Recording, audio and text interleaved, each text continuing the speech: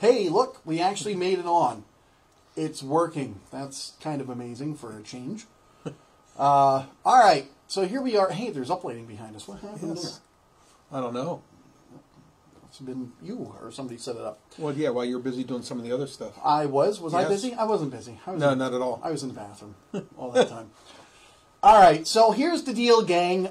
We are actually going to answer all of your questions about Weddings, and officiants, and receptions and rehearsals, and any other thing you want to ask about. venues. Sure. What Venues, about music? what about game shows? Sure, why not? What about your shoe size? I don't want to talk about that. Oh, okay, we won't talk about shoe sizes. No. All right, but it's ask us anything, as you see right down here. It's ask us anything that you want to ask us. You can actually type in the comments here if you would like, and we will answer anything that you have. I have a mystery box. Yes, we do have a mystery box. We actually have it. It's a toner cartridge, but don't show them the toner cartridge. So we have questions that people have texted, typed, asked me in general in my email, and we're going to get to those and answer them. Now, some of them, yes, I have previously answered, but I'm going to answer them because they're very good questions that you guys can see exactly what we are chatting about today.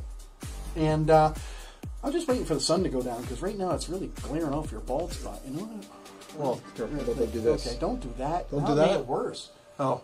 It's coming off my bald spot. I know, I too, so shouldn't- don't worry about it. I shouldn't have gotten those 2 haircuts. Yeah, that's Both all you hair- had. I know, that's all I got cut, too.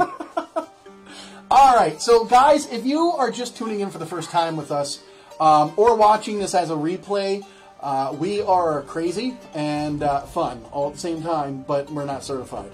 I am. He is. But we are FM Sound Productions. We're actually in Tower City, Pennsylvania, which is basically 25 minutes north of Hershey and about 40 minutes away from Harrisburg. But the good news is we travel anywhere in Pennsylvania, and we also go to all the neighboring states except for Ohio. Sorry, Ohio. It's just a little too far.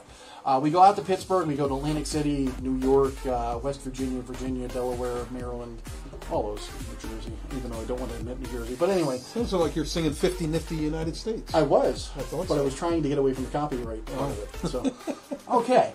So anytime you have any questions, feel free to chime in. We're also doing T-shirt giveaways today. I think maybe we'll do 1, 2, maybe 3 if we're lucky. T-shirts. I don't know. Well, you have one, I have one. Where's the third one coming from? I don't know. We'll have to make one. Okay. I can make it with crayons and like some maybe construction paper or something. That'll work. Whatever. No, you will get official FM Sound T-shirts just like we are wearing, maybe even better looking, and we'll go from there. Brett's back in the corner right now going, yes, that's exactly what I want to get. So, yes, we have a man behind the scenes today doing our audio production and everything else. Actually, he's just taking video on his own phone. Right, just call me Intern Brett. He's intern Brett right now. There you go. So, once again, thanks for joining, tuning in, taking the time to chat with us. And we want to start out by saying, first off, thank you. The last two videos Yes. have been extremely successful. There's over 1,000, maybe 1,000. There's close to 1,000 views on each one. I don't even know anymore. I'm really trying to think. I don't know. I watched it 500 times. You watched it 500 times, and so did I. That's why there's 1,000 views on it. No, not really. No, it's not like that. You guys had very good questions. We did one about our photo booth. We did one called Everything Wedding as well. That one was extremely successful with the Everything Wedding. Deb Soliday... I'm sorry, Deb Salada. I keep saying Soliday when it should be Salada. Deb comes in. Do we have photography services? Do we ever have photography? Yes, we do. In fact, I bet we could probably name that photographer who's online right now, Deb Salada, saying, do we have photography? Yes, we do. We offer all kinds of stuff like that, Deb Salada. And anyway, what's the name of our photographer? Deb Salada. Maybe you might know her. Deb is actually, if you look in the comments, over down in there somewhere, not in his ear or anything, but down in the corner. Yeah, down She's this side. actually the photographer for Penn State as well with their basketball, so I'm sure you've seen plenty of her work, just didn't realize it. She does wedding photography for us, as well as photography, other events that you may need a photographer for. We are a one-stop shop when it comes to officiants, DJs, voiceover work, photographers, photo booths, game show hosts, anything you could possibly think of, we can do that. Parade announcing, we can do that. You get parade announcing? What Announcing events. Any kind of events whatsoever. Now, here's one that I like doing. We've done these, we have a studio, well, I have a studio that everybody decides to come to, and hopefully it's not like at 3 a.m. while they're just bringing in a six-pack of beverage, if you know what I mean. But they, whatever.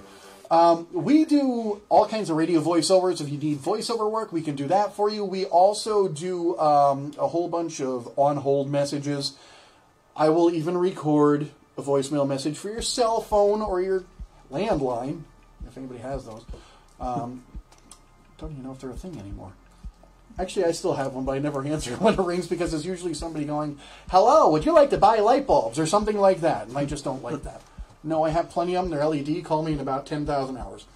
So, here's what we do. We do everything you can possibly think of that comes down to entertainment business or voiceover work, or if you need something in general where you need just... Skywriter. We can do that. MC work. Yeah. It comes from... Look at that. Intern Brett comes through with MC work just like that. Brett, get over here. We want to prove that he's not just a voice button that we're hitting. We want to show Brett is an actual existing human being. He's in the background. He does live, on the Earth. He's not like from Mars or anything like that. All right, get out of the video now. Okay, thanks. Don't worry, we love him just as much as we do. So here we go. We're going to pull from the mystery box of questions that we got throughout the last... I'm going to say it's probably the last 6 months or so we had these questions. Some of them are fresh and never answered. Some of these have been answered, but they are so good of a question that we just wanted to bring them up. I even folded them so we don't know what we're pulling out. We don't even know. Show them. They're folded. Look at that. You can't even see what it is. So unfold it the right way. And if it's upside down, you have to read it upside down. Yeah, whatever. It says, "Oh, this is a great one to pull out first." It's a great question to pull out first. I can't wait to hear this. What does the FM actually mean in your name? I've always been curious, and this came from Janet B. Really? You want me to answer this? What does the FM on the front of here or in our logo actually mean? That's Fat men. Yeah, there you go. If you take notice, none of us are skinny whatsoever. So therefore, we all wear the shirts that are the $2 extra shirts, if you know what I'm saying. So, yeah, it should be fat men. But in theory... Fluffy. Fluffy. Brett says fluffy.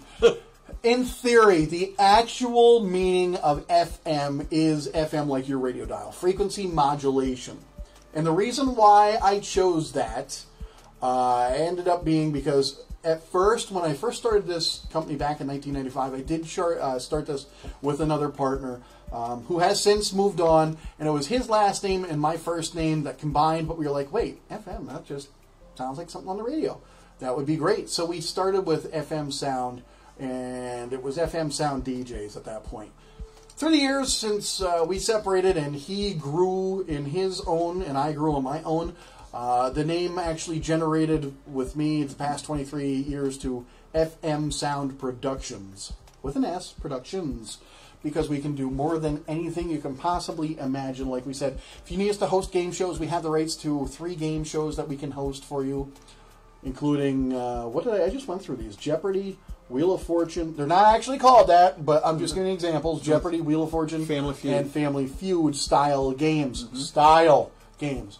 So we can do that for you. We have a 12-foot big screen that we can have that blasted on, or smaller if you need it on a smaller screen. We can do them on regular televisions, on the side of a building, whatever you want to do. It's totally up to you. We can also do, what can we do? We can do pretty much anything you can think of when it comes down to... I do lackey services. He does lackey services. He's very good at that. Yes. Yeah, picks up all the pieces I drop. But yeah. We even announce it at events, just even if they need an MC to do announcements. Exactly. If you guys already have a sound system or an event planned, even for a lot of nonprofits, 501c3s, who are looking for a voice or just local talent to go through and keep everybody entertained, believe it or not, we can do that. Well, I can. I don't know if he can.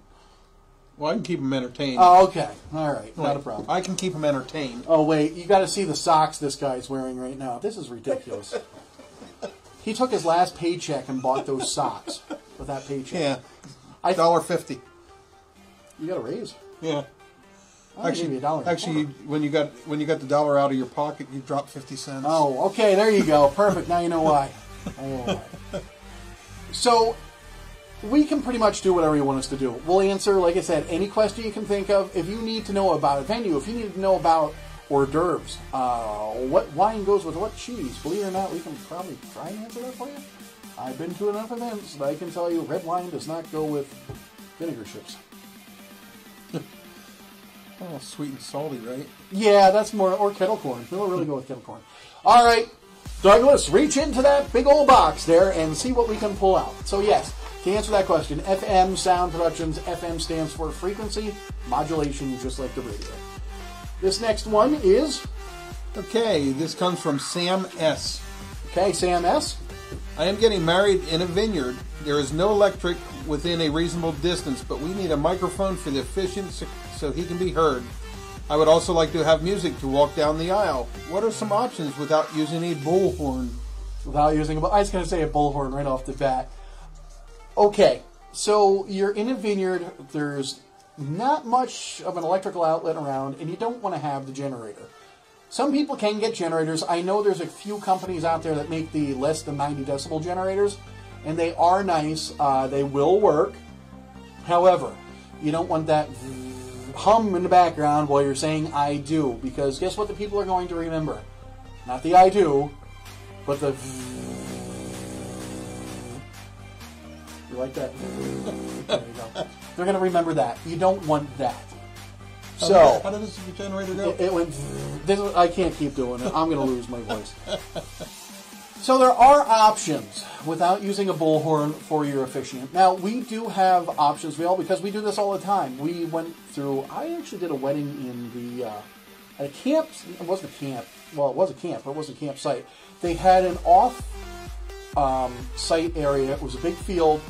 They had a canopy there, chairs set up, and they set up this nice little area in the front. It was like lattice work with whole flowers and everything like that. But there was no electric anywhere to be found. And I had to provide sound for the ceremony with the music, and I also had to provide ceremony officiant sound. I had to give a microphone. So we offer battery-operated sound systems.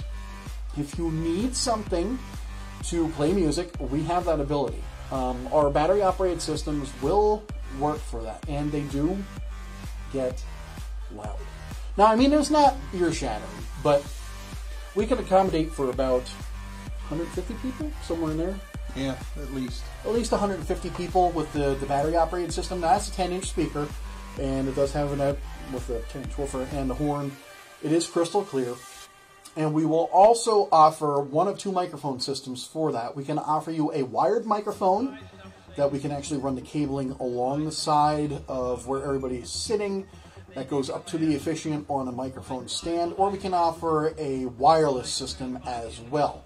Now, the wireless system, the only thing you really have to watch for, even though it is a UHF, which is an ultra-high-frequency system, you still have to worry about any kind of audio or radio frequencies getting interfered with those. Cell phones, Sprint, sorry, I have to mention your name, and AT&T, you two, for some reason, do the on... Because AT&T and Sprint are the same corporation. Now we know. So, you have to just be careful of that. So, if you're going to be more than, say, 80 feet away from where the DJ is going to be, or your sound guy, and where the officiant's going to be, we might recommend using a wired microphone just so we don't have bad memories. Because when you think about it, your guests are going to take home only one of two memories. Either they had a good time, or they have that and they didn't. So, we want to kind of remember the good times. So you don't want to give any kind of glitches. So we kind of look for that for you guys to make sure everything is ready to go the right way. So if we know that it's going to be so many feet away, we'll say, let's do a hardwired mic rather than a UHF microphone. Even though they do have a nice frequency and they do have quite of a distance, we just want to make sure and be on the safe side rather than sorry. Well, there is a third option. Yeah, if you have me as the wedding officiant, I just shout. Yeah, he is. Doug is he's our wedding officiant, so yes, if you need a wedding officiant, he will help you out. So to answer your question in full, yes, we do have battery-operated systems. We can do that. And the other thing about that system, we can actually set it up in an adjacent area or somewhere else with cocktail music for an hour or so. If you want to have something else playing somewhere along the wall of, let's say, a barn or somewhere, we can do that for you. Easy enough. Battery life. Battery life? What's that? Battery life, yeah, they last forever. Typically, if we are doing cocktail music, the battery life on there with the ceremony, full blast, which we never do, is about 3.5, 4 hours, and then you start to notice a drop in the volume. So, typically, yes. Brett, very good question, intern Brett. We love that. So, yeah, if you do have to have us for that, we have about 3.5 hours worth of life before you start to notice a drop in decibels. Either that or we just plug it into Mike. He has enough energy. I had to bring that up, didn't I? But we do have plug-in speakers, and that battery-operated one will plug in if you do have an outlet, so we don't have to worry about that. Once it gets closer to a building, plug it into a wall, we're good to go. And we can do that for you as well. So yes, we do have all those options with battery-operated systems. We are actually working, or I am actually working on a complete battery-operated DJ system that works for 8 hours. 8 hours? I'm trying. You work me more than that. Yeah, I know I do. But so I'm only going to work it for half the time that I usually work Doug. So there you go. All right. Now, next, what do we got on our next question? I hope it's a good one. Oh, it probably will be a good one. Why does Doug wear those socks? And yes, I think he does at every event. He wears something colorful. This comes from Tina Rentz. Do I need to have hors d'oeuvres during cocktail hour, or can it just simply mingle and drink? Also, do you recommend a plated dinner, family-style dinner, or buffet to feed my guests? Actually, that is a very legit question. So, we've done so many weddings that we have seen pretty much split down the middle. Do you really need to have cocktail hour with hors d'oeuvres or anything like that? No, you don't need to. You can just have the guests mingle as long as you have some form of beverage. Doesn't have to be alcoholic, but if you have refreshments for the guests in that cocktail hour, you're good to go. You do not necessarily need to have crackers with cheese or any kind of meat or grapes or anything like that. However, if you do want hors d'oeuvres and you kind of want to go on the less expensive side, what I recommend doing, pick up a few bags of apples and, do like a fruit tray. Melons, cherries, things like that. You can do grapes, tons of grapes. Cheese is another really good one. It gets a little more expensive with some of the cheese that you have out there, depending on what kind you get, because I know some of them are rather expensive. So I wouldn't recommend the American plastic wrap singles or anything like that. But, Probably, and it goes back to, my wife always says about budget. Yeah. So it depends on, stay within your budget. Exactly. If your budget's for crackers and beer, that's what you have. You make the best out of what you have. It's kind of like what I call the MacGyverisms. You make it work. If you have a pine cone and a paper clip, you can make things work. You just got to make it work within your realm. Yeah. So yes, you don't need to worry about any kind of hors d'oeuvres. if you really don't want to. But once again, like Doug said, if it is in your budget, absolutely, go ahead, go for it. Yep. If you want to save a little bit there and then spice up somewhere else because your budget allows for it, go ahead. That's great as well. The second part of the question was, it was about the buffet or... Should you do plated dinner, family style, or buffet, or Jimmy Buffett? Jimmy Buffett? Yeah. I'd love to have Jimmy Buffett. That'd be great. Margarita style, Cheeseburger in Paradise, Fins. So, yeah, here's what you want to do. It's based on the amount of guests you have. It's based on, once again, the B word, budget. But if you want to have something that's a memorable and you can afford to have it in your budget, you want to have something where the guests don't have to work for something. Meaning, they don't have to get in line to go to a buffet. Is it okay to go for a buffet? Absolutely. It is actually cost-saving to go to a buffet as well. Mm-hmm. The most inexpensive to the more expensive would be going from a buffet, least expensive usually, and I'm saying if this is the same amount of people, you would be buffet is the most expensive. Family style. Now, family style is, for those who you don't know, family style is the caterer will bring out like dinner to your table. Whether it's bowls of, mashed potatoes, vegetables, the main dish, if it's a meat of some sort, and you serve yourself at the table. They will bring it out to each individual table, and you get to serve yourself. And then you have the plated dinner, which is already obviously plated for you.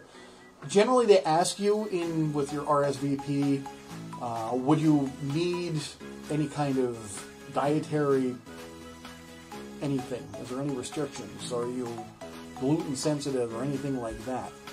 Those are things that you might want to consider as well. With buffets, people can pick and choose what they can or cannot eat. You just have to watch things like peanut oils, things like that people may have allergies to, shellfish, gluten, dairy, all those types of things as well.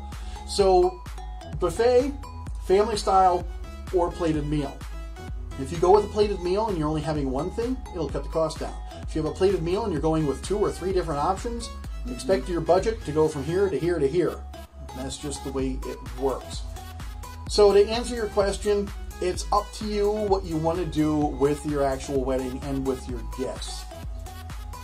Oh, we're starting to get questions in right now. Laura, that's great. Thank you for joining us. Laura Umberger, everybody. Let's give it up for her. I feel it. Laura is actually one of my clients here coming up next year. Her question, Doug, I'll let you read over this while I finish up with my next thing. The buffet style is the most popular. I will say that right off the bat. The family style is second to say, to save on the budget there. But the plated meal, I would say I see that frequently, but not as frequently as I see a buffet. So it's up to you, whatever you want to do. I wish I could say definitely do this or this, but it pretty much comes down to what your actual budget's options are. So hopefully I kind of answered that. Maybe.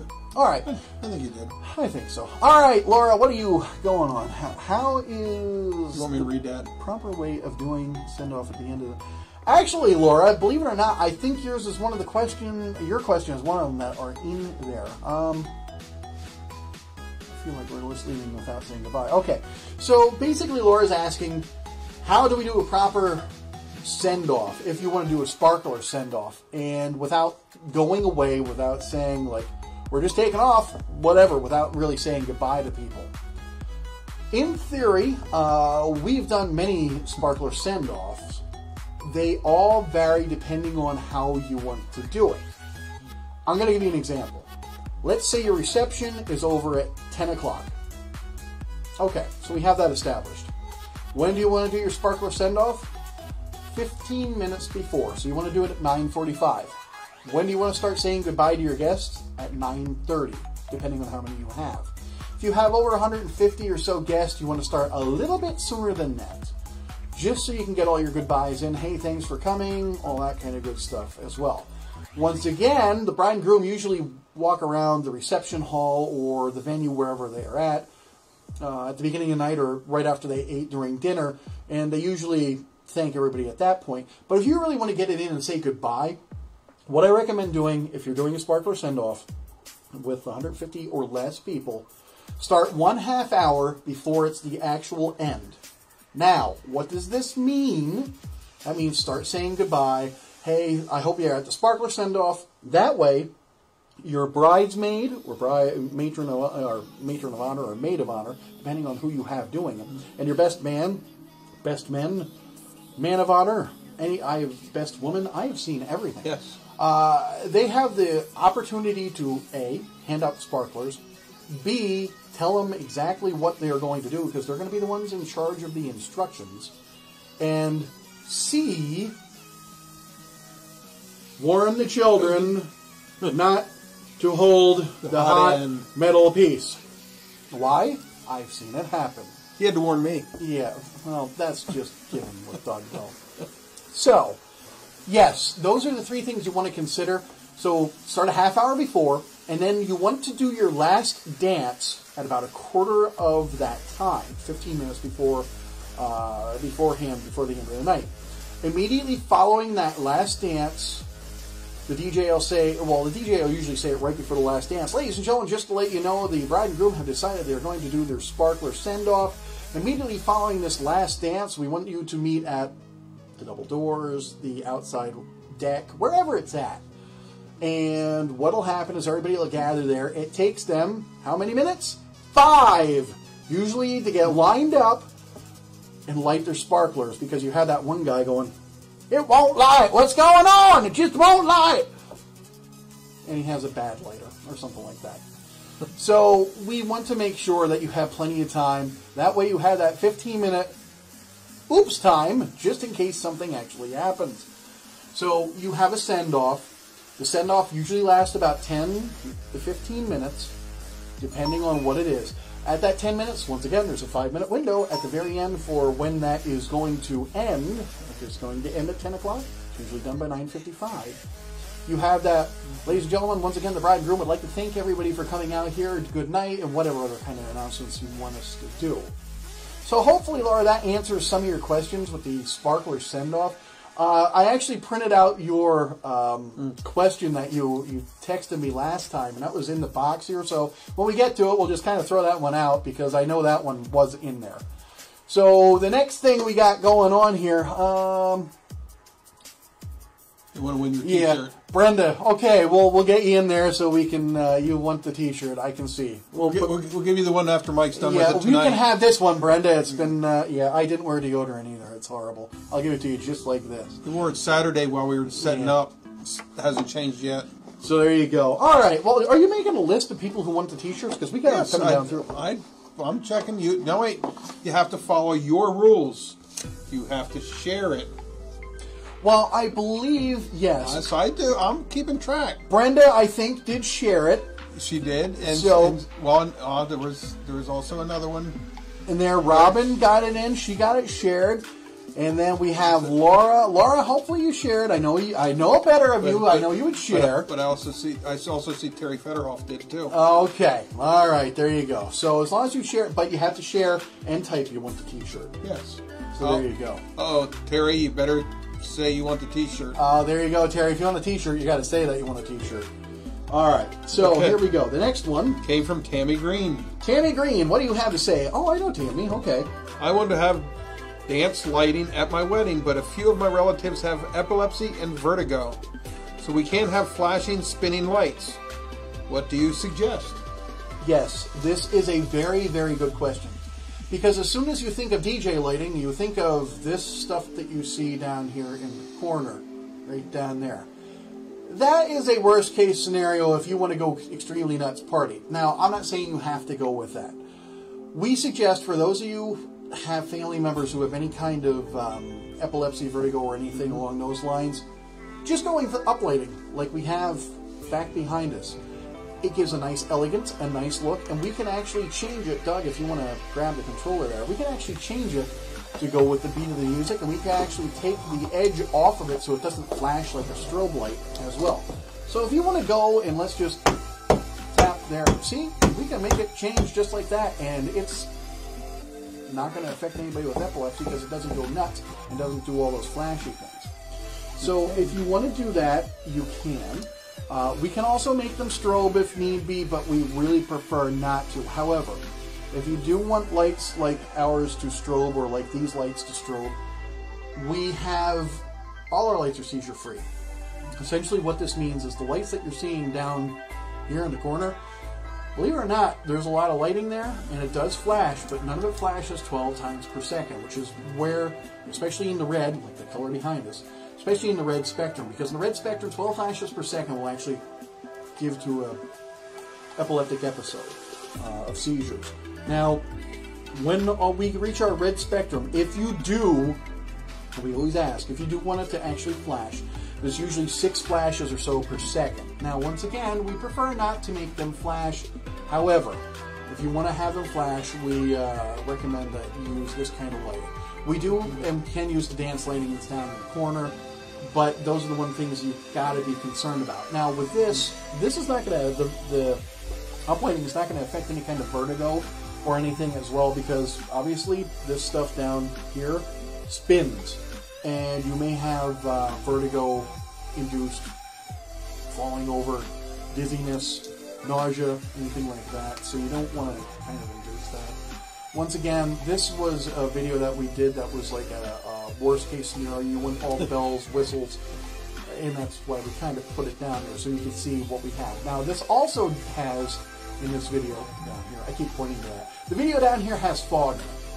Another thing about the safety and welfare of your guests is we want to make sure that everybody's happy and safe, because we want them to take only good memories home and not the ones of, hey, Aunt Chester or Uncle Chester or whoever had to go out in a wheelchair because of. No, we don't want that. All our fog that we have is safe for asthmatics as well, meaning it's made of distilled water and glycerin. That is it. It's just particulates in the air. So that could be an issue with parts promoting fire alarm systems, but we'll get into that a little later. The other thing I want to mention just about us, since we're into safety and welfare of your clients, every single one of our DJs is certified in CPR and the AED. Yes. And you want to see my card? No, we don't need to see your card. And first aid CPR, and AED, just in case. Yes. So, if anything were to happen, we can help out. It's not one of the things that's typical of a lot of DJs. However, we want to make sure everybody is safe there. And that's, like I said, an important factor with us. I practice on Mike.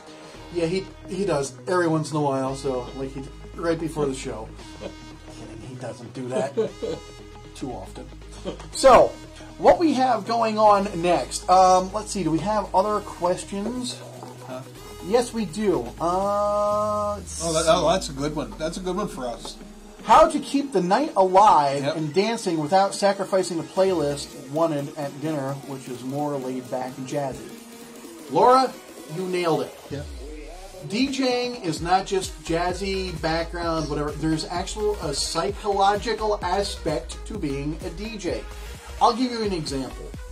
What happens is your guest, and I go through this a lot, and I think I went through this with the Everything Wedding video as well. A lot of the music that's out there really can put you to sleep, believe it or not. It's soft, easy, smooth elevator, jazz. Oh, anyway, so what you want to do is you want to keep it upbeat and live, because here's what happens. You, as the bride and or groom, your day is going to go like that. Why? Because you get up, you get ready, you do the getting your hair did, as I call it. You go from that to off wherever you're going to go. If you get pictures taken with your bridal party, your groomsmen, whatever, you go from there, you go hang out, get ready for the wedding back where your venue is or at the church. Then you go down the aisle. After you go down the aisle, you say all your I do's, you come back the aisle, you go back with your photographer, you get billions and billions and billions of pictures taken, or at least it seems like it. And then the next thing you know, you go back to your reception, You're getting your hors d'oeuvres or whatever you're getting. Maybe you're not having hors d'oeuvres, I don't know. But you get your little snack before you get introduced. You go in, you do your first dance, you get the toast, the prayer, everything else. You go into everything there. It's still a lot. For you, it's going to go super fast all the way to the last dance. Here's what happens for your guests. They get up, they get ready, they go, find a parking spot, find their seats, and sit, and wait. You're walking down the aisle. They're sitting. You walk back down the aisle because now you're married. They're still sitting. They now take off and go to the reception. They sat in their car. They got to the reception. They're sitting down waiting for you. Guess what? You did your first dance. They're still sitting down. Toast, grace, they're still sitting. Dinner, guess what? They're sitting. Now you go through all your bridal party dances, daddy-daughter dance, everything else. They're still sitting. So what's going to happen? Their butts are going to go numb, their ankles are going to swell, and you have a whole bunch of people that are going to look for something to get the heck out of there after dinner because so far it wasn't entertaining. They just realized, oh, we have to go get fluffy neutered. We've forgotten, but that's today. You don't want that. Here's where the psychological aspect of it falls into the DJ's hands. What you want to do is you want to kind of keep upbeat cocktail music. Now, I'm not saying go out and go into September or like, Earth, Wind, and Fire, that kind of stuff, or, Celebration or Kool and the Gang. No, you don't want to do that. However, keep it an upbeat. Doesn't have to be the Kenny G. It can be if you want to, but I recommend doing something a little more upbeat than any of that slower type music or the elevator music, as I call it. Then what you want to do during the dinner is you want to play upbeat music that you cannot dance to. I'll give you some examples, and this is what we do all of the time. Kokomo, you love that one. Sweet Caroline, Build Me Up Buttercup. These are all Bobby McFerrin, Don't Worry, Be Happy. These are all songs you can't dance to, but guess what? They engage your guests. At this point, they want to stay to see what's going to happen next. You know why? Because if they don't see what happens next, they're going to miss that, and then they're going to hear about it, and they're going to feel horrible. Or they'll see the pictures of everybody having fun. We don't want that to happen. We want everybody to stay. Because if you're having a dollar dance, and the people decide to leave early, guess what? That's money going out the door, bye-bye. You don't want to do that. So, a lot of the music falls on the psychological aspect of what the DJ is supposed to be doing to retain everybody, and this also helps to retain them for the dance floor, keep them going. Now, the dance floor. You don't want to have the same people on the dance floor all night long. Why? Because you're only playing the music that they like. Every single person that is there likes a different style of music. One person may like Led Zeppelin. The other person may like, I don't know, Etta James, or Donnie and Marie, or Aerosmith, or Metallica, yeah. Gwar. I mean, these are different people, yeah, I know, Gwar at a wedding. That never really happens, but I'm just using that as a really extreme example. So what we like to do is we like to mix it up. Now, here's an example of what we do. We like to, obviously, look at the demographic of who you have out there. And we will kind of tailor it towards the older guests first by playing music that everybody knows and everybody can dance to. It has a great beat and everybody is familiar with it. As the night goes on, usually what happens is your grandparents and the older crowd starts to leave. As they start to leave, now we go down the scale a little bit into maybe 40s, 50s, somewhere in there of the demographic of people, even some 60-year-olds that are still there.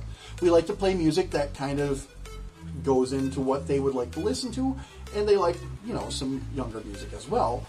And then as they start to leave, we start going into the younger music. Now, don't say that's the way we say it, because we kind of mix it up with one or two here and there just to really keep it going.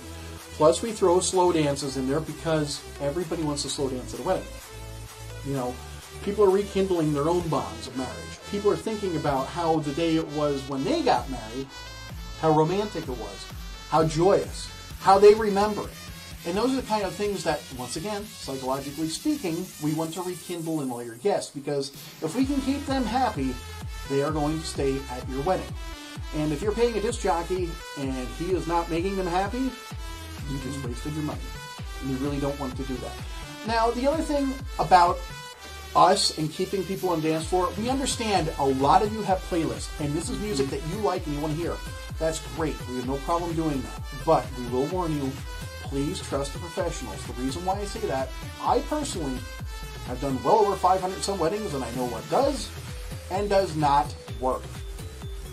I've seen it already where somebody said, we want to just dance to this kind of music, take no requests, and just go with that.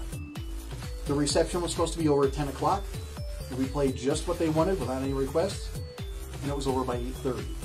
Now, yes, it does look bad on us, but we like to make sure that people know that if we're going to do that, ladies and gentlemen, tonight we are unable to take any request as per the bride and groom. However, we do apologize. If there is a song that you want to hear, we would like to say, if you ask the bride and groom, maybe they will allow us to play that song. But we are going to, in the meantime, abide by their playlist. We hope you enjoyed tonight, and here is such and such a song, and we'll announce it that way as well. So there is a way, and it's a tasteful way to handle it. We don't want to throw you guys under the bus. We understand, look, you want what you want, and that's kind of what happens.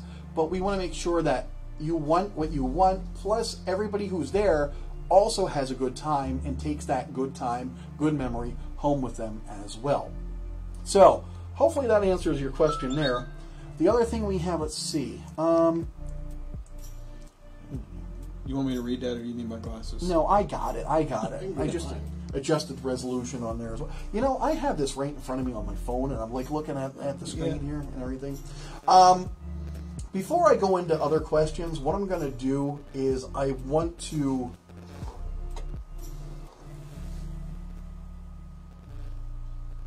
Yeah, Laura, that would actually, it kind of works that way. If you're going to do cocktail hour, kind of do that as laid back music, and also then go into dinner music and then boost it up a little bit. But that would actually work to do it that way.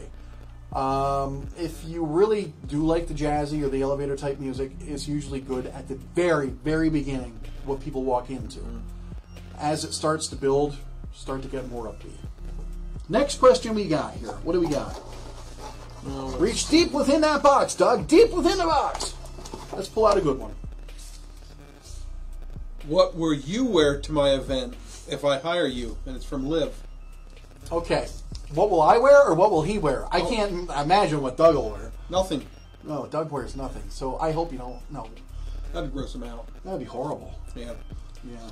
Actually, it does cut down on the laundry, though. Actually, we prefer, as far as myself, I prefer to be overdressed than underdressed. Typically, we're in dress shirts, dress pants, tie. No matter what we do, yeah. What will happen is you will see us, we wear all black except for our ties. Our green tie. Our ties are kind of our trademark. They are neon green neckties that go all the way down.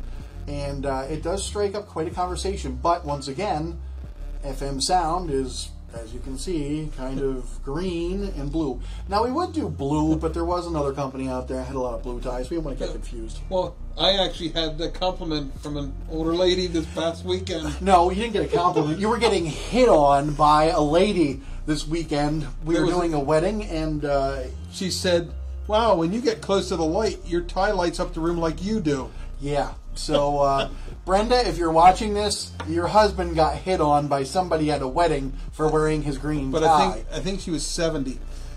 Your husband got hit on by somebody at a wedding who was 70. Doug, you should really just stop now.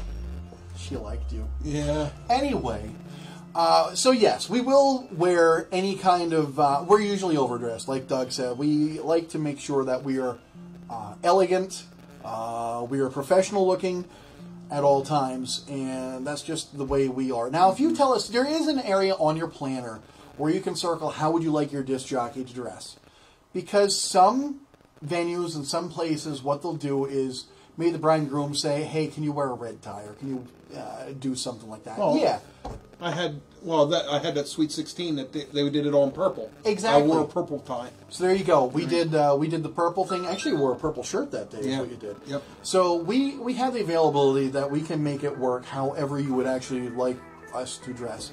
On the hot days of pool parties and things like that we're outside, you will generally see us in these shirts and nice shorts. I make sure he doesn't wear those socks on those days. They're all rainbow colored. So yes, that's how we will dress. You basically get to pick the way we dress. Otherwise, default, we will come in black with a green tie. And generally by the end of the night, they're not button sleeves anymore. They're rolled up. So we will warn you on that. We like to show off our guns. Yeah, sure we do. Anyway, so hopefully that answers your question. Do we have... Oh, Laura, Kevin says hi. Hi, Kevin. There's a shout out to you, Kevin. So I'm sure Kevin's looking forward to doing the cha-cha slide at the wedding. I can just tell right now. All right, so the next question we have, I'm going to skip over one of these right now. I'm going to go to this one. Watch it be Laura's question. Let's see where it is. Nope. Oh, okay. Do you offer any type of big movie screens and projectors to create a drive-in effect for my son's 18th birthday? Jill Stiles. Okay. So, Jill, here is what's going on. Yes, do we? We have 12-foot screens, inflatable screens, if you want to do that. Now, there is a legality portion I am going to get into. We offer the screens, we offer the projector. If you want a specific type of movie played, you need to actually get the rights to play that movie. Yes, there's a stipulation on that. Reason being is because what's happening is you're playing a movie where you're entertaining guests. It's different if you're in your own house and you're only doing it for your family and you buy a DVD and whatever. That's perfectly fine. But believe it or not, if you buy that DVD and you have it and you want to show it out on the big screen, out where the public can see it in the yard, you need a license. So what you have to do is you have to contact one of the companies, whether it's your Miramax, Disney, Pixar, Fox, any of those. MGM. Yeah, MGM. And there's a place where you can do that. You can actually Google it online and it will show you where to get your license. I will say this. There are stipulations on some of the things. I'll give you a perfect example of what I mean. Disney and some of their movies, and Pixar and some of their movies, perfect example, Cars, you're not allowed to show the Cars movie during the summer months. They will not sell you a license. Some of the movies I recently just inquired about, and we had an activity going on that I am a group for. They just recently found out we did a 1968 sesquicentennial celebration where we wanted to show a movie from 1968. So we got the licensing for a one-night show, and it was not cheap. I'm still talking, they're like $500 and $600, some are $700. Yep. Some of the movies that you get into, depending on how popular they are, if they just were released from the movie theater to Blu-ray, DVD, anything else, it usually pops up on a Tuesday, I think it is. If you want to show it then, expect to pay at least 4 digits to show the rights on doing that. So, do we have the equipment? Yes, we have the equipment. We can do anything. If you want to do our game shows, we can do that. That's not a problem. If you want to show a movie, you are responsible for getting the rights and showing us the rights that you had paid for. Now, we can also get the movie rights for you if you want us to do that. We will do that process and that step for you. So hopefully that answers your question. Okay, so Jesse has a valid question here. What about screens for picture projection, the bride and groom? Yes, we can do that. We have screens for that as well. It all depends on what you actually need to show sidewise. Some of the venues you have built-in projectors and built-in screens. Some venues don't have any of it. If you need to piece things together, we can do that. We can actually supply everything that you need to do it. If you want us to produce a video of the pictures from when you were growing up, from when your spouse was growing up, we can do that, combine them together, put them with music. Since we have all the music rights, since we pay royalty rights, we can do that for you and cue them together and then obviously show it for you that day. All the way up to whatever pictures you decide for last engagement pictures. Or if you want, and you hire our photographers, or we can do it. Who's our photographer? Deb Salata is our photographer, just in case you didn't know that. She's over here in the comments. Actually, it's not in the comments. You can actually, yes, not in your ear. Not your ear. It's over that way. One past ear? It's over there. Oh, no, I just knocked the glasses off. Whatever. So, If you want a photographer, our photographer Ian has the ability to take pictures that we can kind of throw into the mix even that day. Last one of you guys saying I do, maybe we can get that in there, or before you come in to the actual reception. But once again, it is a little difficult, but we can do that. So if you need a video production mix of all that kind of stuff, we can show it. If you need to have a projector, we can just do that. If you need to have a screen, we can do that. And I will say there is a cost-effective way of doing it on a white wall, if you just want to project it onto a white wall. But it's up to you. We've done already where we projected onto a white wall and kind of did uplighting around the white wall to kind of direct people's attention to that area of the wall. And we also projected monogram into that area on the wall via our projector to show them, hey, this is a focal point. So they understood that. So, Jesse, very good question. Hopefully I answered your question there. I'm going to go into the box here with Doug. Well, not that I'm going into the box with Doug. I don't think we'll fit. We're not going to fit. We're too big. Fit. We're too fat. FM, fat man. Yeah, no, it's not FM. It's frequently mine. Okay, this comes from Tamara McDougall. Tamara McDougall. I don't know if I saw this one. We want to have a uniquely themed wedding. Can you offer any suggestions, or have you done any really unique wedding receptions that were not like any others? Yes, I can, and yes, I did. That's actually that's a good question, and that one was one I never answered before. That one just came in fresh. Here's the really cool thing. Let's start backwards. Have I ever done any that were really unique? Yes, I did. The most unique wedding I have ever done was game show themed. What happened is it started out this way. We played game show theme music as the bride and groom and the bridal party and everybody came in. But the way we brought them in is they came through a drapery system with curtain.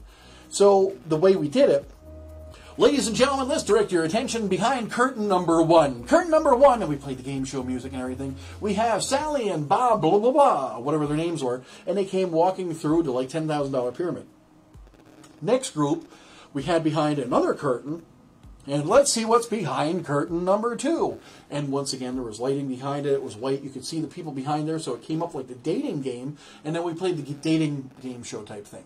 Now, to top it off, and you can see how that kind of progressed, everybody's seating arrangements were done by, you're sitting at the Pat Sajak table. You're sitting at the, whatever other, like, Richard Dawson table was one of them. I think we had Alex Trebek was one. It's basically all the game show hosts that were out there. That's the way they named their tables.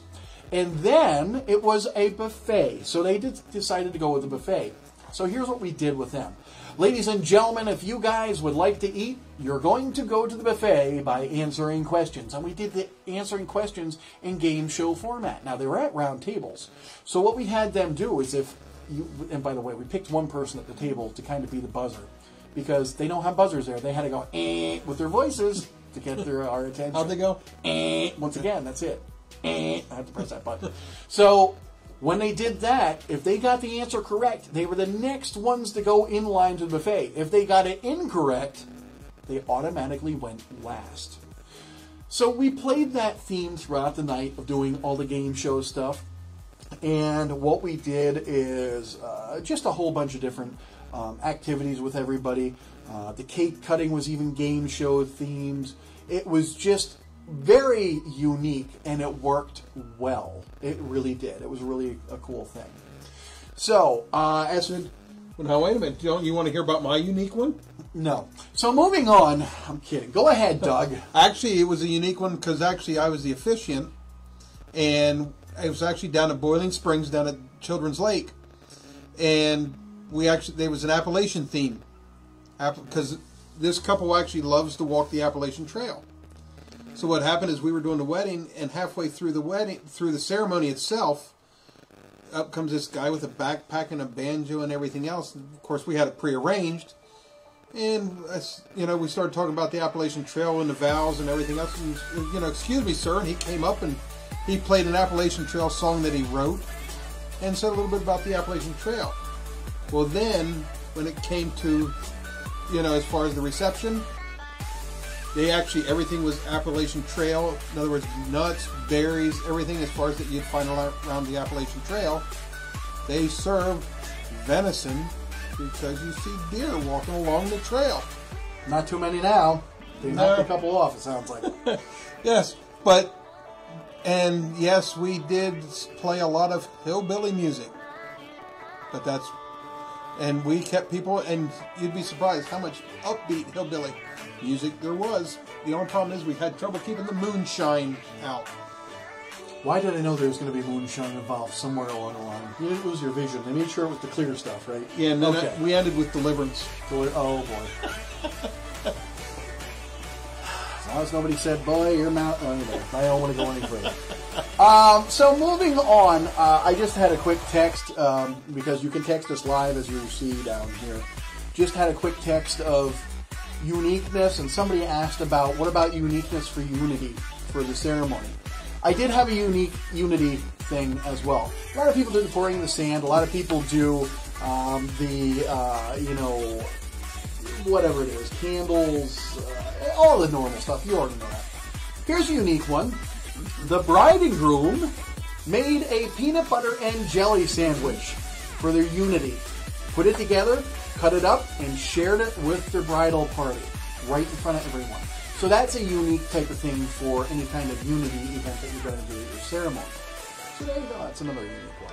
As for anything that I can suggest, whatever you can think of. Now, here's the whole thing. Pinterest, great place to get ideas, because what? You and 40 kabillion other people are looking at the same thing. So it's a great place to get a unique idea, but it's already been done. That's why it's on Pinterest. You can Google it, but it's already been done. It's already there. You can YouTube it, but guess what? There are videos that were taken that were already done. Now, you can actually take it and form it into what you want to do. But what I recommend doing, if you really want to get into something unique, and right, you're just looking at me like, uh-oh, oh no, oh no. My hand gestures. Brett's hand gesturing me like he's playing me out like the Oscars. No. If you want to do something unique, what I recommend doing is finding it customized to you. What is it about you? What is it about your spouse? Take that, put it together, and then you can play with that one. You're coming up here to say goodbye? You're taking off, Brett. I must. My daughter needs to be good. Oh, she come on. Anyway. I want the same thing, but my wife seems to have other plans. All right, there you go. So, well, Brett's leaving us. Brett, come back on camera. You got to get back on camera just so people know you exist. So, Exist. yes. I'm going to exit stage. Yeah, it will be exit stage left. There you go. That's that way. That's let, Bye, no, folks. There you go. Have a great night. FM Sound Productions. And that's Brett. So we can all cheer him off stage now. So, yay! Thank you, Brett. Well, who's going to turn the power off now? Nobody's going to turn it. You're the guy who's responsible for the power button. We're going to have to go all night long now. I don't think we'll have a lack of material. Okay, we won't have a lack of material. All right, so you guys will see more of Brett and us in more videos here. We will bring him on camera a lot more often. So to do any kind of uniqueness, yes, basically take whatever you were involved with, make it to what you want. If you need other kinds of hints or help, you know how to get a hold of me. Right down here is my cell phone number, so you can theoretically text or call me 24 hours a day. 7. Yes, 24/7. See how like how I did that? Yeah, but you didn't do 365. 3, 6, 5. That was 10. That was 10. 3. What? Don't get him in hand gestures. Anyway. So, yes, I can help you out, or Doug can help you out, or we'll get Brett involved and have him help you out if you really want us to. And we can make it, unique to you, whatever you want to do. If you want something simple and elegant, if you want something more flashy, if you want something just never done before, we're willing to try it. So, okay. Hopefully that answers that question. Who asked that question? That was a Tamara McDougal. Tamara McDougal. Okay. So there you go. Tamara, I hope... Tamara? I hope I'm saying that correctly. So, Tamara, I hope I answered your question. I really tried. I hope I'm saying your name right as well. Tamara. Tamara. Tomorrow? Not tomorrow. Tamara. Okay. Right. McDougal. At least I got that right. I hope so. All right. So here we go. Oh, your wife just said, Doug, please stop. She tells me that all the time. Nice. So the next one. Oh, wait. Laura, we pulled yours out, actually. We pulled yours out. So there you go, Laura. We already answered your question about the exiting with the sparklers. Okay. So there you go. Now we got Jamie D'Angelo. I just got engaged, but now I need to know who or what should I book or start with first. That was in our first video. Yeah, I think it was on our first. That is a very, very good question. So what should you start or do first? Well, the first thing you want to do before you even start calling or asking around, start with a budget. What do you want to spend? What can you feasibly spend? And get an idea. It doesn't have to be set in stone, but you want to think about that number first. And then you want to do homework. When I say you want to do homework, I mean this. Do you want to have a big wedding? Do you want to have a small wedding? Small weddings are the more intimate ones. You actually can have more fun at a smaller, intimate wedding. Do you want to do it at like a country club? Do you want to do it in a public setting, like in a park? We already have them that we did them state museums. Harrisburg, I did one. Capital, the Harrisburg, Pennsylvania State Museum. You have one coming up down at the York Agricultural Museum. Yes, we did that. Well, we're doing that one. Mm-hmm. We had weddings that we did on the Capitol Rotunda steps. Once again, it all depends on what you want to do. Some of these public areas are actually pretty inexpensive to obtain. Well, some of these venues are also through the roof in pricing to obtain. Like some of the main, I'm not going to shout names out here, but some of the barns that are out there that everybody knows where they are, who they are, and what they are, you're looking at a lot of money. And I've seen rentals for some of these places 5 digits. $10,000 plus just to rent them on a Saturday. Now, if you get them on a Sunday or a Friday, the price might go down just a little bit, but it's still rather expensive to do it that way. We've also had people that have come to us and said we're going to do things in a family's backyard, farm, cabin, camp area, or we actually had one that we did at a business that the family owned. It was really neat because it was an industrial type business. A lot of photography in that area. A lot of. Who's our photographer? That would be Deb Salata if you needed a photographer once again. I feel like I'm dropping her name a lot. So that's because she wants a t-shirt. She wants a T-shirt. That's why I'm dropping her name now. So Deb, now you're disqualified. Anyway, but those are the type of things you want to consider because your most expensive venue, food. I'm trying to remember because I had this in a magazine article once, and it has changed a little bit since. But I think it's venue, food or catering, the dress itself, entertainment, and transportation. I think those were kind of the top ones on the list. I can't be certain anymore. I don't have it in front of me, and I hope I'm not misquoting that. But you kind of want to weigh all those things out. Do your homework and decide, where do I want to spend my money and how do I want to do this and what is my maximum budget? What can we do? So hopefully that helps you out a little bit. I'm laughing because I'm surprised my wife didn't make a comment. Because well, there's a thing in there. I had one, and you'll see it. So I'm just going to leave it at that. We'll just shush. No, Brenda, don't worry. Her comment would be that our cake costs as much as per gallon. Yes, we know, Brenda. You spent $8 billion on your cake, and it was worth. You got a sliver for that, like for like $30. And she said for flour and water. For flour and water, gotta love it. Flour, water, and there is sugar in it too. Yeah. Wasn't mine.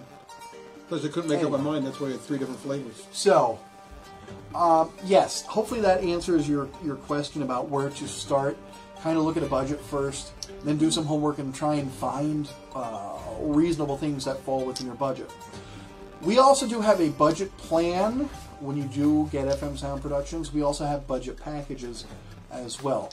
Now, we can build what you're looking for. We usually start at the bottom and work our way up based on what you want. We're not the DJs who are going to tell you, hey, your wedding price is going to be this much money. No.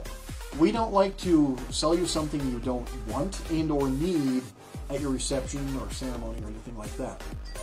We want to make sure that we are on par with what you want. Because some DJs out there will go, hey, $2,600.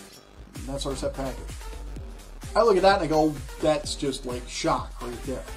We like to start at our low end, which we do have a basic, very, very basic package that starts at $400 for 5 hours, and we build from there.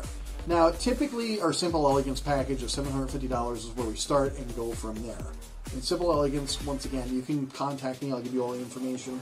A lot of people who are watching right now are people already booked with us as well, or know us, you know, to know what we're all about, and got information already.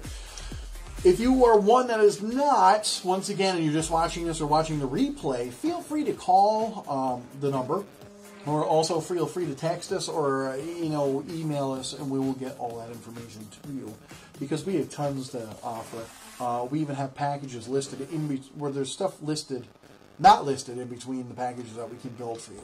Once again, to meet budgets, needs, requirements, things like that. So I think that's. Oh, okay. Yeah, Laura. Yeah, you were asking about that kind of stuff. I think before. Okay, I that's back a little bit. All right. So, yes, we're ready for the next one. Okay. I have guests coming to my wedding from India. Can you mix in some traditional music from my culture? It would be a mix of party music from here and some Bollywood and traditional music. Okay. So yes, we have done that. We've run into that quite a few times. A perfect example, and what we see around where we're located, our specific area where we're from, and surrounding communities within, I'd say, like a 30, maybe 40, 50 mile radius. We do that with a lot of Latin music. We do it with a lot of, and I'm seeing, especially once we start to go out into the Camp Hill area, Harrisburg, and then out west way. I do a lot of Korean functions as well, and we have a good genre, a good mix of Korean music. We have a lot of the favorites for you know, the Latino cultures, the Spanish, and any kinds of things like that. As far as the Bollywood, yes, we can do that as well. What I suggest you do, based upon what you're looking for your heritage, your cultures, if there are certain songs that you definitely want or need to have, yes, let us know exactly what they are. Title, artist, if there's a certain style of it, by a certain mix or a certain time, let us know. We can get the licensing for that and get it for your event or for your venue to play for you as well. If there's something that you may know that's a requested song that may pop up, let us know about those as well. But to definitely play songs, we can get those for you. Now, we have access online to our library, generally as long as we have Wi-Fi, that we can kind of pop on and grab a song real quick. And it is a very vast library. There is a lot of stuff in here that we play, not on a regular basis, so we keep it in our database, but we can grab a hold of it if we need to. Otherwise, these computers would be maxed out to the hilt, and we keep only all our necessity stuff on here, and it's still 93,000 songs or something like that. I thought it was more than that. Well, it's a lot. Somewhere in there, about 100,000, maybe a little less on these computers. Because any more than that, we're kind of doing a lot in space in here.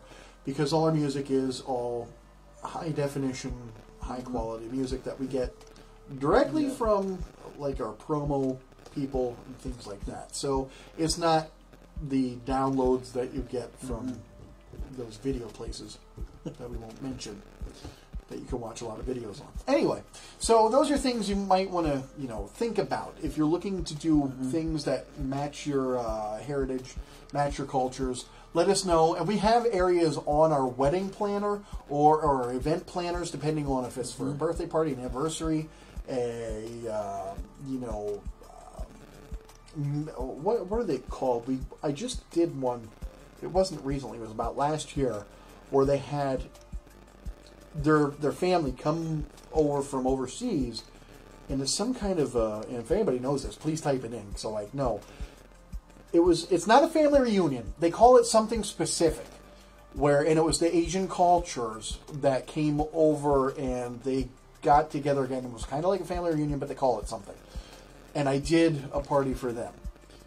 And they let me know, hey, these are the songs we need to do, especially when we do this at this part. So we did that.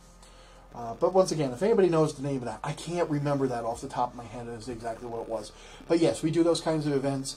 And you will see, like I said, in our wedding planner or event planner, especially our wedding planner, there's a place for any kind of traditional customs, for any kind of ethnic heritage, ethnic customs, anything like that. The reason why I say that, wedding-wise, we've done Polish, Hungarian, traditional weddings from here, Italian, Jewish. They go on. I can't remember all of them. But each one has something different that they bring to the table. And we like that. We like to do new things. So, that's where we're at with that. Bar mitzvah, yes. Yes, bar and bat mitzvahs. Yep. Bar and bat mitzvahs. Yep. Those are, yes, they're very popular, Deb. So I'm glad you brought that up. We can do those things as well as any other kind of event you can think of. But the mitzvahs, once you start getting into there, and that is a lot of controlled music, by the way, when you get into the mitzvahs. We know the parents have strong decisions on what gets played at the bar and bat mitzvahs. Even though they're coming into the age of being in the adult, they like to say yes or no to what is being played. And we do those as well. So we respect everybody with their heritage, with their cultures as to what to do. We like to make sure, once again, everybody is happy and we do exactly as they ask us to do. Well, and the music we play is like radio edited. Yes. The thing is, with us, and this is one of the things I mentioned in an earlier video, that's why I just didn't mention it, but like he said, 95% of the music that we play is all radio edit music. Meaning, yes, you're going to listen to the stuff that's on the radio. Do we have original mixes? Yes, we do, but when you consider the amount of music on here, only 5% of it, which is actually a very small amount, is original mixes with all of the sometimes explicit content, explicit words. But when we do a lot of events, we do special needs events, we do Catholic school events, we do regular school events, we do corporate launches to different things. We want to make sure we have things that will be tasteful for whatever thing that we are doing. So therefore, we're going to have a lot of radio edits, or if we even feel that it's a song that may not have the wording in, or the language, but it may be content that you may not consider playing, we'll even watch that kind of stuff for you as well. Especially when we see there's a lot of kids. Yes.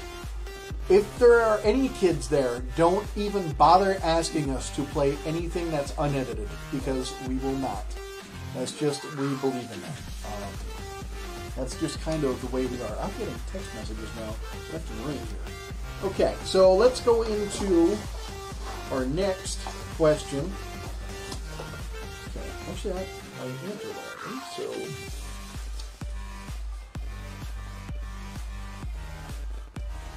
Alright. John, I actually kind of... Yeah, okay, yeah, I kind of answered that about the buffet, the sit-down dinners and family style just a little bit ago, but basically it's up to you what you want to do with budgeting. If you want to, whatever meets your needs. Pretty much the most popular one that I did, pretty much the most popular one that I saw out in my DJing is buffet. But you can do whatever meets your needs. You can do the buffet styles. You can do the family style, which is where they bring stuff to you and actually sit in front of you and you guys can help yourself. Or you can do the plate of dinners. You can either do one style or many different choices, which they usually do the RSVPs for. And what will happen is they will actually, cost you more when you do that. So buffet is the most inexpensive out of all the options. So All right. Hopefully that answered your question. If you have any other questions on that, John, if you want to rewatch this, it'll explain a little bit more. So, okay, the next one comes from Warren Nillis. Bubble machines and fog machines. I am hearing conflicting information in regards to venues allowing you to have them. Can you tell me why? Okay, that is a very good question. And here's what ends up happening. Warren, is that? Warren Nillis. Warren Nillis, okay. Warren, what we're looking at is some venues will allow you to have certain things. Fog, bubble machines, they may say yes, they may say no. And here's the reason why. If they have strong stipulations saying no bubble machines, there's a reason being. And this generally comes back to their insurance. Because it also comes back to a liability issue. Bubbles, and yes, there are things called dry bubbles out there. Bubbles are typically coming out of a machine, but when you think about it, imagine taking a bubble, sticking it into the bottle, and blowing the bubbles like when you were a kid. They're usually slick, and if you have a nice glossy surface or a slick surface, you'll slide if there's enough of them. So that comes down to the liability issue. If you have a place that has a smooth floor, tiles, very polished hardwood, generally, no. They will not allow you to have bubble machines. And it's not because of, hey, this place offers dry bubbles. They're going to say no matter what. Because, yes, dry bubbles are good. And they are offered to, work with certain bubble machines. However, what you want to consider is going with their liability. Because somebody's going to have a slip and fall factor there. And if they do, who's going to be liable? Well, yeah, your DJ technically is, but they're going to actually go back on the venue as well and say, hey, I slipped on your floor and broke my leg or sprained an ankle or whatever. So there's people that kind of say no to bubble machines. And we respect that wish. We want to make sure we know if we're getting into the bubble machine, to ask your venue first before you ask us if you want a bubble machine. If it's outside, generally they don't have a problem because our bubbles usually are the dry mixed bubbles and they dissipate and they are completely dry within 15 seconds of contact on anything because there's an alcohol base in it that makes them dry that fast. Typically they will not linger as much as what a regular bubble would go. Fog machines, completely different beast, and you will see that in our contract as well. A fog machine essentially is this. It is distilled water or water-based compound or oil-based compound, depending on what people have, and some kind of other agent in there that once it heats up, it creates a mist or a fog. Now, that mist or fog is actually seen as smoke in parts per million smoke detectors. I'll give you an example of what I mean by parts per million smoke detector. They're the kind that you have in your house. The ones that are outside your shower or your bathroom that when you open from a hot, steamy shower, the smoke alarm goes off. The ones where you open up the oven door and there was something burning on the bottom of your oven and the next thing you have the alarm going off, those are parts per million smoke detectors. Well, what will happen is that fog will actually go into that sensor and it will trigger that and the alarm will start going off. Now, in a venue, whether it's a hotel, motel, or a big venue, they're usually hardwired right to a fire station, which means as soon as that alarm is triggered, you're going to see the little red and white lights coming your way with a big apparatus with a whole bunch of people running in with a hose.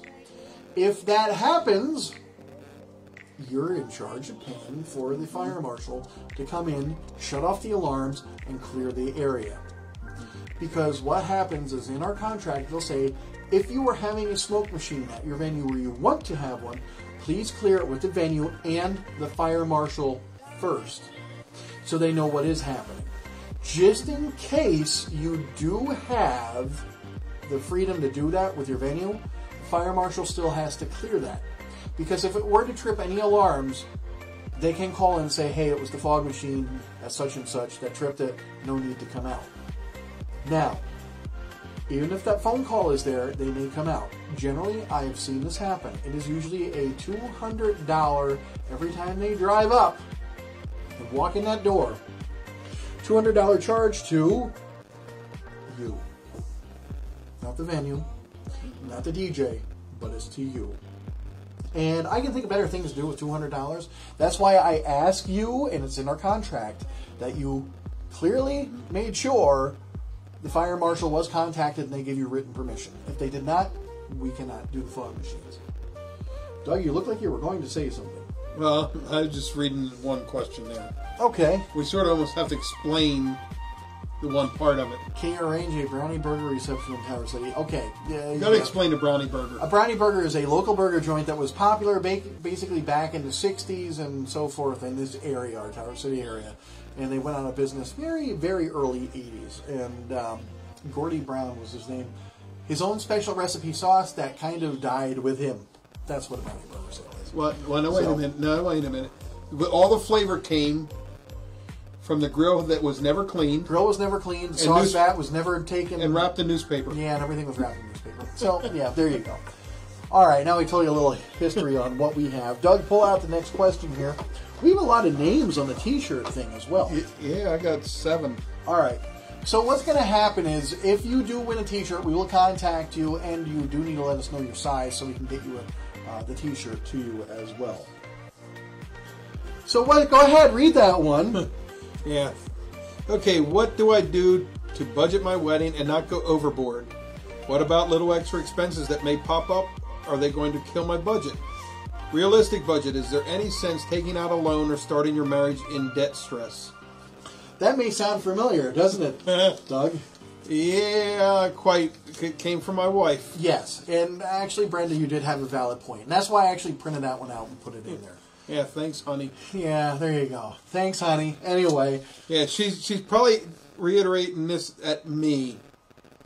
I mean, I'll be honest, we paid $1,500 for our cake. So, there you have it, folks.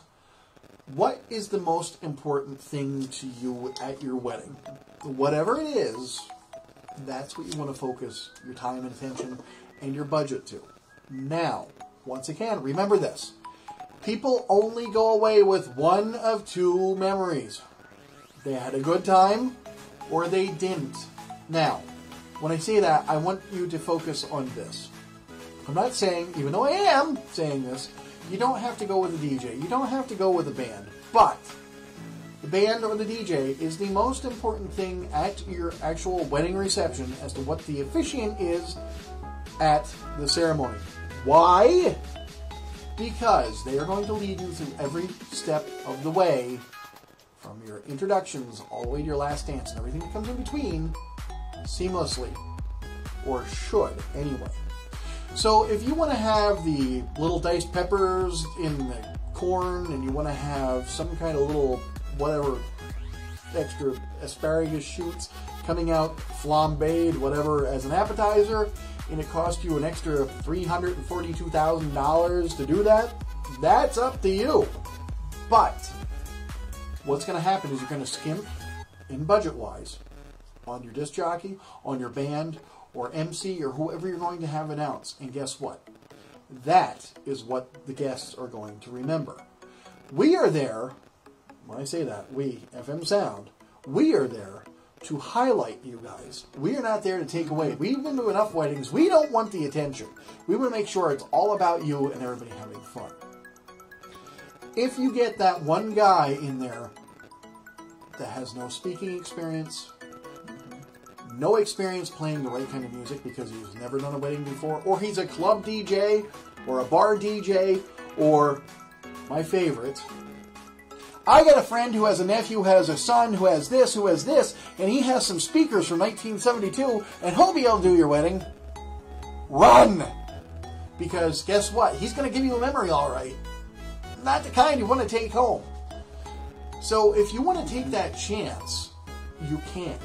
But my suggestion would be, budget wisely for your entertainment to make sure you're getting just the right people to make sure it's going to be a memorable event. And not a memorable for the wrong reason type of event. Well, So, plus we help to keep it on schedule. yes. The other thing is we will try and keep you on schedule, even though weddings usually are never on schedule. Starts at 4 o'clock. 4:21. Hey, they're walking down the aisle. That's not our fault. But, you know, as far as going through the reception, keeping everything else diced up the way it should be, that is what we do. We want to make sure it starts, maintains, and ends when it should, without skipping anything. So, that's kind of what we do. As far as a budget, what I recommend doing, there are budgets, budget books, planners, It's what I found. It's on that shopping network that starts with an A and ends with an N. I don't want to say it's named after a river where you can go shopping, but we have no affiliation. There you go. How do you like that? If you go on there and type in bridal planners, or you even Google it or search it online, you can actually find different planners that are out there that you can purchase, and it'll give you some highlights as to what to do. So, budget-wise, don't go nuts in the food, because you're only borrowing the food when you think about it. You rent food. You never have it on purpose. Anyway, so next, what do we got going on? So yeah, be careful and don't spend $48 billion on a cake like Doug here did. Brenda, I won't let him live it down either. No, okay. No, and she hasn't yet either. Nice. So what's the next question? Okay, it came from Ted Jameson. Okay. How far do you travel for DJ work? We have a family reunion coming up, and my sister highly recommended you, but we are just below Lancaster. Okay. So Ted just actually emailed me. What's today? Today's Wednesday. 3 days ago. Ted emailed me, and that was a good question that I figured I'd print out and bring here today. How far do we travel? We travel to every surrounding state around Pennsylvania except for Ohio. Actually, it all depends on which state you're looking at. So, Ohio. To the west of us. We don't go to Ohio. We go out to Pittsburgh. We go to New York. We go, Delaware, Maryland, New Jersey, even though I don't like to admit it. But we go to New Jersey, Virginia, West Virginia, all those places. We've also been asked to DJ in places like New Hampshire, Connecticut, places like that. Now, there are stipulations. We can. However, there are travel expenses involved when we do that. If you want us to go to neighboring states, and we've had people, believe it or not, ask us to go to there, you will be paying a fee for our travel and most likely putting us up overnight in a motel. But we will do that for you. That's not a problem. I took the Hawaii one. You would take the Hawaii one, wouldn't you? Anyway. All right, there we go. That's a good one. That is a good one. Yes. Deb, thank you. No wonder you're a photographer. What if you're DJing in an event and it's outside and it starts to rain? We borrow her photography flash. Yeah, we'll borrow your flash umbrella, Deb. That's what we'll do, and we'll ruin it by holding it above us in our equipment. No. Generally, if we are outside, this is one of our things that we ask for. Please have cover for us, or if you don't, and we have to supply our own shelter, we can do that.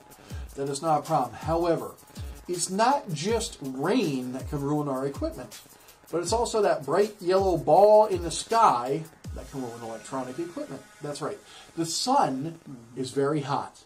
And what happens to computers and what happens to electronics is once they get overheated, they can actually cut out, cut off, work incorrectly, or especially if you have these nice little heat sink pads, the mouse pads on here, they will stop working altogether in heated situations. Or with rain, they will stop working as well because you're giving them a temperature that is not equivalent to the rest of the computer and it thinks something is touching them. So odd things could happen. Plus, rain is never good in any electronic situation whatsoever. So, always have a plan B if you have an outside venue and you see that you have a disc jockey or things like that, a photographer, or a large group of people in a thunderstorm or lightning rolls in. You kind of want to be rather safe than sorry. So, hopefully that answers your question, Deb. I'm glad you brought that up. And it's not just electronics they have to think about, because I remember actually at a wedding where the bridal party's going up, it had rained all morning, but it's nice out right now. The bridal party's walking up. The girls are wearing high heels. I know exactly where you're going with this. For 2 steps. Then they're no longer wearing high heels. Nope, broken off in the mud somewhere. Yep. And the other thing is you got to consider if you're on a grassy area and it's rained, and even if the ground's not yep, exactly. Even if the ground is not soggy or you don't have any kind of inklings of sinking down in, you still have wet grass. And you have people that are wearing flat shoes with no tread. Guess what happens? So you got to be careful of that. All right. So hopefully we answered those questions. I see we're about an hour and 36 minutes into this thing, so we want to kind of not absorb too many people too much more. Okay. Aaron Nace, do you offer any form of payment plans for weddings, or do we need to pay you in full up front? That is a good question. Okay, so here's what happens. If you book us, we have payment options. There's 3 different payment options that we offer. Payment option A, pay us $250 for a deposit. Don't worry about the rest of the payment until 30 days before the event. Simple as that. Payment option B, $200, and then we'll work out your monthly payments up to the date 30 days beforehand. Everything has to be paid 30 days in full, right before, 30 days before the event. So we will work out monthly payments with you as well. Like I said, we like to do this to work with you guys, to make it feasible for you to budget and stay within, a reasonable rate. Like you're not going over that extra, oh, now we can't afford this because we bit off more than we can chew. Which does happen a lot, but once again, we will work with you on it. And then option C is the payment in full up front. However, here's what happens. If you decide to go with a package of this, and then this over here, what we'll do is we'll put those packages together, we'll add everything up. And if you decide to pay in full for it, we actually discount those 3 items that you chose, or whatever, how many items they are. Because that's our thank you to you for paying for everything up front. So you do get a heavy discount on that. Plus, we will also add something else to it, usually of $150 value, whether it's a monogram light, uplighting, or extra truss lighting or tripod lighting, depending on what you want at your venue or what packages you've already chosen. So those are some options that we can do. So in theory, you're actually getting some plus losing some of the money. So therefore, if you end up getting, let's just say you went to an $1,800 package for some reason, and you're paying it up front, you're not going to pay $1,800. You're going to pay less than that. Plus, we're going to add some more stuff to it. And when I say less than that, I'm talking, usually we knock off, if it's that much, about $300. So you're probably paying $1,500 for an $1,800 package. Plus, we're giving you another $150 worth of stuff on top of it. So now you're at almost $500 worth of stuff for free, just for putting everything up front. So, hopefully that answers your questions on there. One more. We got one more last question Yep. from the box there. Yep. Okay. And this comes from Jack Allman. Jack Allman. Allman? Allman. Allman. Jack Allman. Okay. So what's Jack's? We are having a birthday party for my mother, who will be turning 90. We would like to make it a surprise party without yelling surprise at her for obvious reasons. Oh boy. Yeah, I know. Okay. What suggestions do you have for me to surprise her without sending her to the hospital? I'm sorry, I hate to laugh at this, but this is actually a valid point. It really is. Okay, so Jack, here's what you want to do. If you do want to have a surprise party, and they are up there either in age or frail with health, let's put it that way.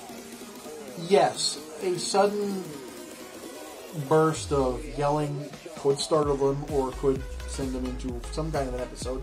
We don't want to do that. My suggestion is, if you want to have a surprise birthday party, how old was she? 90. Is his mother? Is that what it is? Yes. Okay. So Surprise! Yeah, you can do that, but it all depends on what you really want to do. It sounds like what you're asking is, what are other options rather than yelling surprise? Here's what you can do. Here's some of my options. Generally, if you want it to be a surprise, you're driving them up to the location, they're getting out of the car, they're walking into the doors.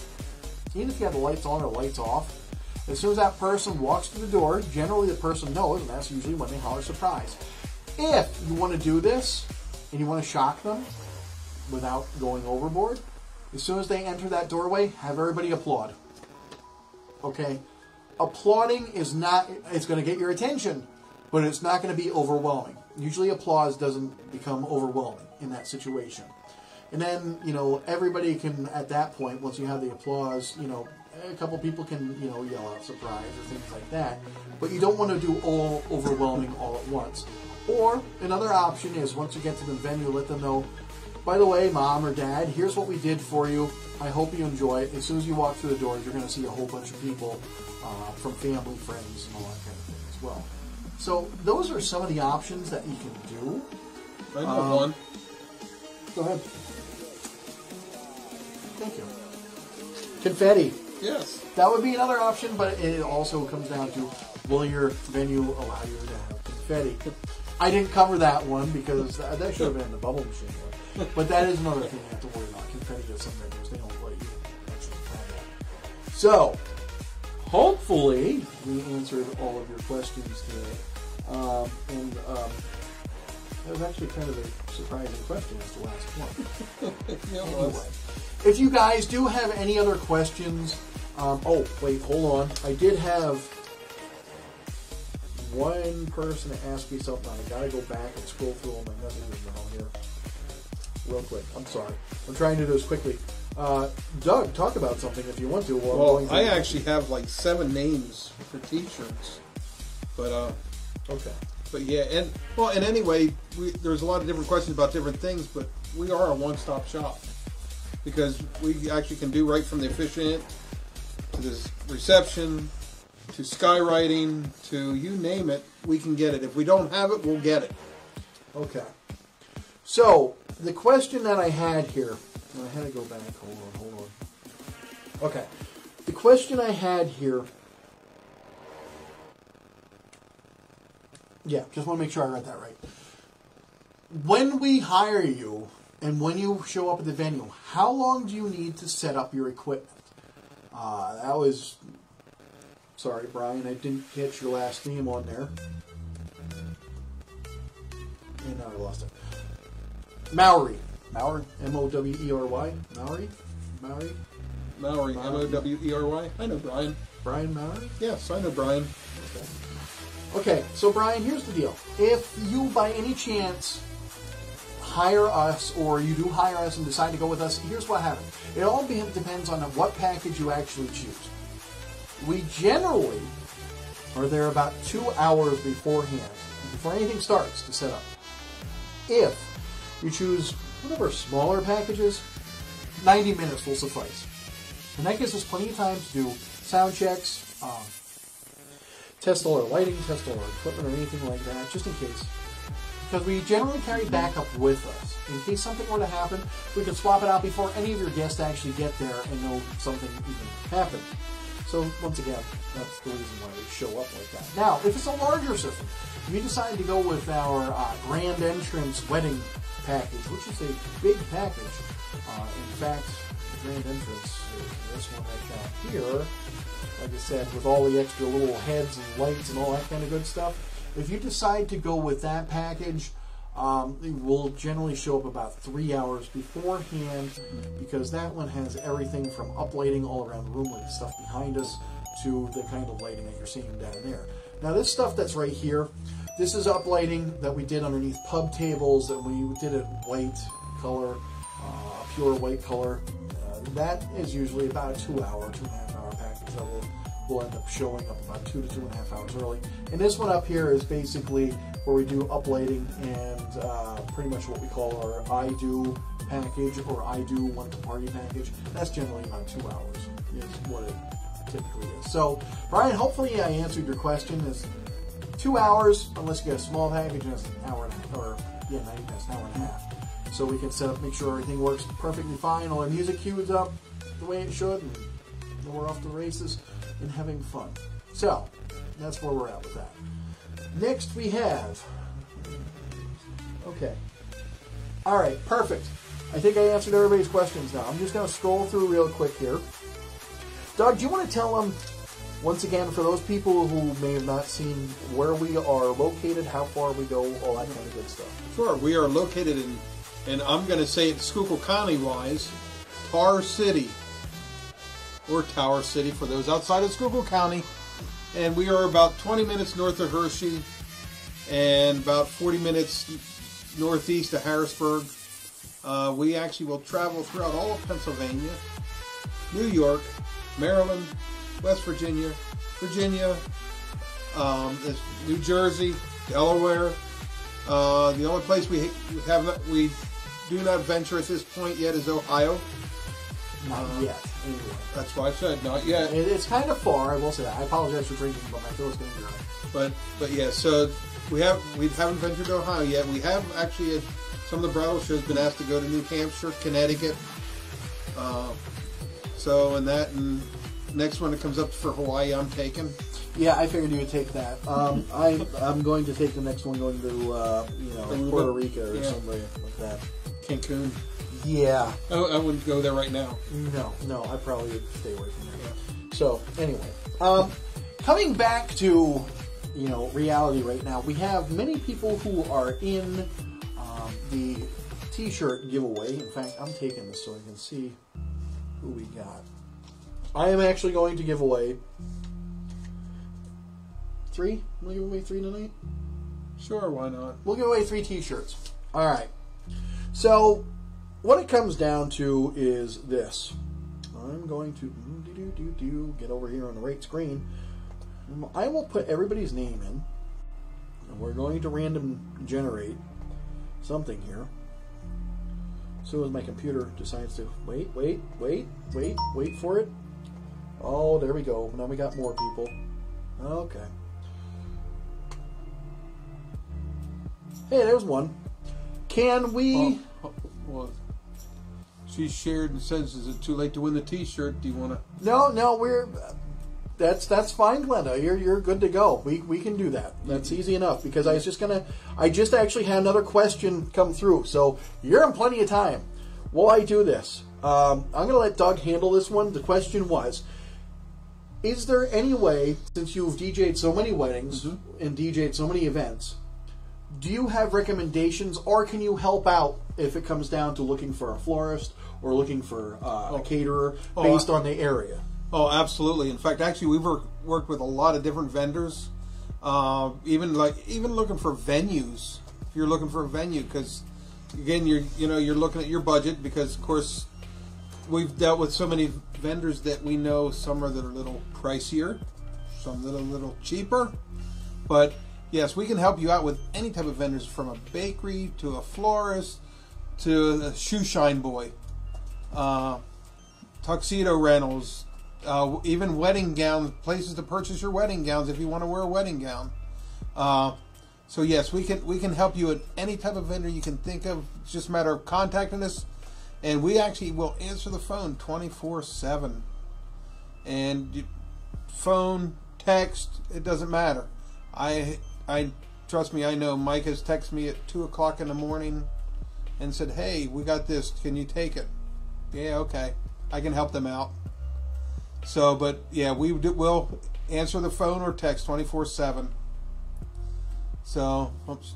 Yeah, it looks like we have no sound. We're actually reaching our 2-hour point. It's kind of glitching. But here's the thing. I do have... That's why. Okay, we have too many things running now. So, yep, we're starting to back up. However... I do have, and we're going to do our winners here. We just froze. Yeah, we just froze, but we're still good. Yeah. I can see it. It's going. So we do have 3 of our winners this evening, and we will actually pop them up here. There we go. I just scared the living daylights out of me when I did that. All right. So our first winner is Laura Umberger. We also have... Is that Robin Marie? Is that who you have? Yes.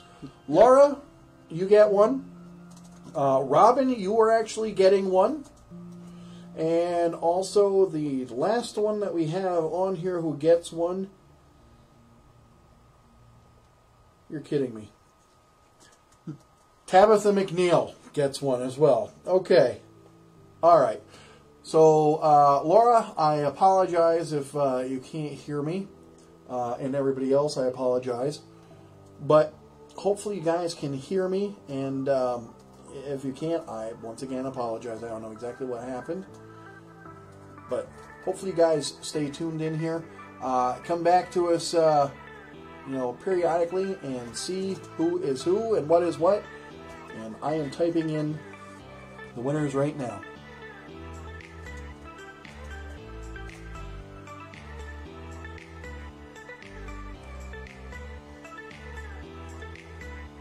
What I'm going to do is this right here.